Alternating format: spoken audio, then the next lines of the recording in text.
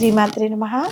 శ్రీ లలిత సహస్రనామంలోని 959వ నామము ధర్మవర్ధిని. ఈ నామానికి అర్థం ఏంటి అంటే ధర్మమును వర్ధిల్లునట్లుగా చేయునది అని అర్థం. జగన్మాత ఈ సమస్త విశ్వమును సృష్టించి వారందరికీ కూడా వేరు వేరు ధర్మాలను నిర్దేశించింది.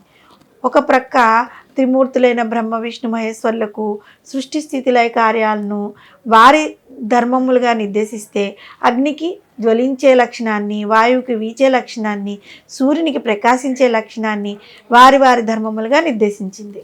అదేవిధంగా ఈ భూమిపై ఉన్న మానవులకు వాళ్ళందరికీ కూడా వారు నిర్వహించవలసిన ధర్మములను ఏర్పాటు చేసింది. అటు దేవతలు ఇటు మానవులు వారి వారి యొక్క ధర్మములను సక్రమంగా నిర్వహించినప్పుడే ఈ విశ్వం యొక్క మనుగడ సవ్యంగా సాగుతుంది.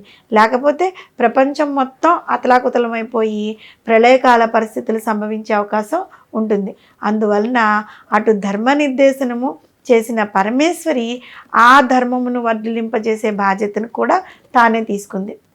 ధర్మంతు సాక్షాత్ భగవత్ ప్రణీతం. ధర్మాలన్నీ కూడా జగన్మాత నుండే లభించాయి. అందువలన ఆ ధర్మములను ఆచరించవలసిన వాటిని పెంపొందింప చేయడం మనందరి కర్తవ్యం అన్నమాట. ధృతి, క్షమ, దమము, ఆస్తేయము, శౌచము, ఇంద్రియ నిగ్రహము, సిగ్గు, విద్య, సత్యము, అక్రోధము ఈ లక్షణములు కలిగి ఉండటం మనం ధర్మమని శాస్త్రాలు చెప్తున్నాయి. ప్రతి మానవుడు ఈ ధర్మములను కలిగి ఉండడమే కాకుండా వాటిని వృద్ధి చేసుకోవాలి. వేదాలు ఏమని వివరించాయి అంటే, పాలకులు ప్రజలను ధర్మ మార్గంలో పరిపాలించెదరుగాక, గో సంతతికి పండితులకు శుభం కలుగుగాక, సంతతి లేని వారికి సంతతి కలుగుగాక, ప్రపంచం శాంతితో తొలతూగుదురుగాక, దరిద్రులు ధనమును పొందుదురుగాక, అందరూ పూర్ణాయుద్ధాయమును పొందుదురుగాక. ఈ విధంగా జరిగినప్పుడే ధర్మం వర్ధిల్లునట్లు. అమ్మవారు తన సృష్టిలోని జీవులందరూ ధర్మ మార్గంలో చరించేటట్లు, ఆ ధర్మమును వర్ధిల్ల చేసేటట్లు చూస్తూ ఉంటుంది. ఒకవేళ వారు తప్పుడు త్రోవలో త్రొక్కి అధర్మ మార్గంలో వెళ్తున్నట్లయితే ఆ పరిస్థితిని ఏదో విధంగా వారికి తెలిసేటట్లు చేసి వారిని ధర్మ మార్గంలో తిరిగి పయనించేటట్లుగా చేస్తుంది. అయినా కూడా వారు మూర్ఖముగా అధర్మ మార్గంలోనే పయనిస్తూ ఉన్నట్లయితే వారిని శిక్షించి ధర్మమును వర్ధిలింపజేసేలాగా చేస్తుంది. కాబట్టే వసన్యాది వాగ్దేవతల అమ్మవారిని ధర్మవర్ధిని అనే నామంతో కీర్తించారు. ఈ విషయాన్ని స్వయంగా అమ్మవారే వివరించింది. యదా యదా హి సాధూనాం దుఃఖం భవతి దానవ తదా తే శాంతరక్షార్థం దేహం సంధారయామ్యహం అని. ఎప్పుడెప్పుడు నా భక్తులను రాక్షసులు దుష్ట ప్రవృత్తి కలవారు బాధలు పెడతారో అప్పుడప్పుడు నేను దేహధారణ చేసి ఆవిర్భవించి దుష్టులను దన్నుమాడి సాధు పురుషులను రక్షించి ధర్మరక్షణ చేసి వర్ధిలింప చేస్తాను. ఇది ధర్మవర్ధిని అని కీర్తింపబడిన అమ్మవారి యొక్క తత్వస్వరూపము.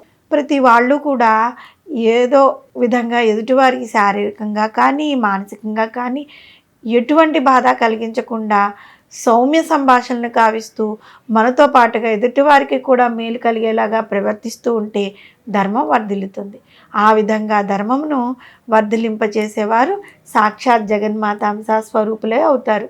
ధర్మో రక్షతి రక్షిత. ధర్మాన్ని మనం రక్షించినట్లయితే ధర్మం మనల్ని సర్వదా రక్షిస్తూ ఉంటుంది. మనం ఎప్పుడూ ధర్మాన్ని నిర్లక్ష్యం చేస్తామో ధర్మం మనల్ని ఎప్పుడూ రక్షించదు.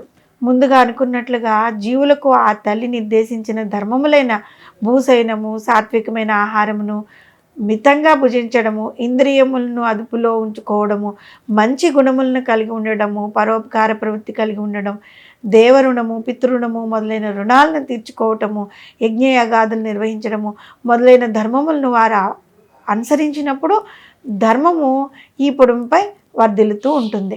అది ధర్మవర్ధిని అని కీర్తింపబడిన జగన్మాత యొక్క అత్యంత సంతోషదాయకము అయిన రూపం అన్నమాట. అప్పుడు ఆ తల్లి ఎంతో సంతోషిస్తుంది.